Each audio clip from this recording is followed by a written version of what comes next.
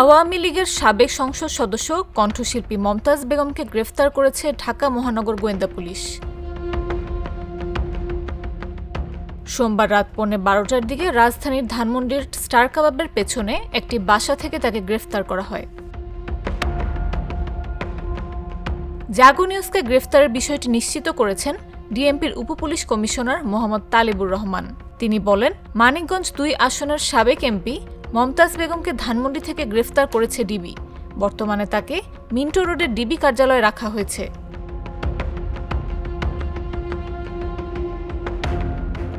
জানা গেছে, বৈষম্য বিরোধী ছাত্র আন্দোলনের ঘটনায় মমতাজ বেগমের বিরুদ্ধে বেশ কয়েকটি হত্যা মামলা রয়েছে। মঙ্গলবার তাকে আদালতের সোপর্দ করে রিমান্ডের আবেদন করা হবে বলেও জানিয়েছে পুলিশ। তুমুল জনপ্রিয় সঙ্গীতশিল্পী মমতাজ বেগম সর্বশেষ দ্বাদশ জাতীয় সংসদ নির্বাচনে মানিকগঞ্জ ২ আসন থেকে লড়েন। আওয়ামী লীগের হয়ে নৌকা প্রতীকে নির্বাচন করেছিলেন হেভিওয়েট এই তারকা। তবে মমতাজ দ্বাদশ জাতীয় সংসদ নির্বাচনে আর শেষ হাসি হাসতে পারেননি। স্বতন্ত্র প্রার্থী হিসেবে দেওয়ান জাহিদ আহমেদের কাছে হেরে যান মমতাজ বেগম।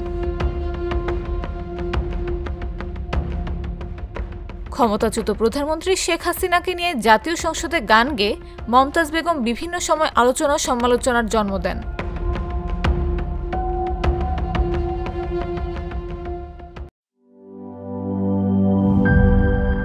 বান্ডেল থাকলে প্রতি সেনমানিতে টাকা বাঁচবে। বিকাশ সেনমানি বান্ডেল কিনে জিতুন প্রতি লেনদেনে।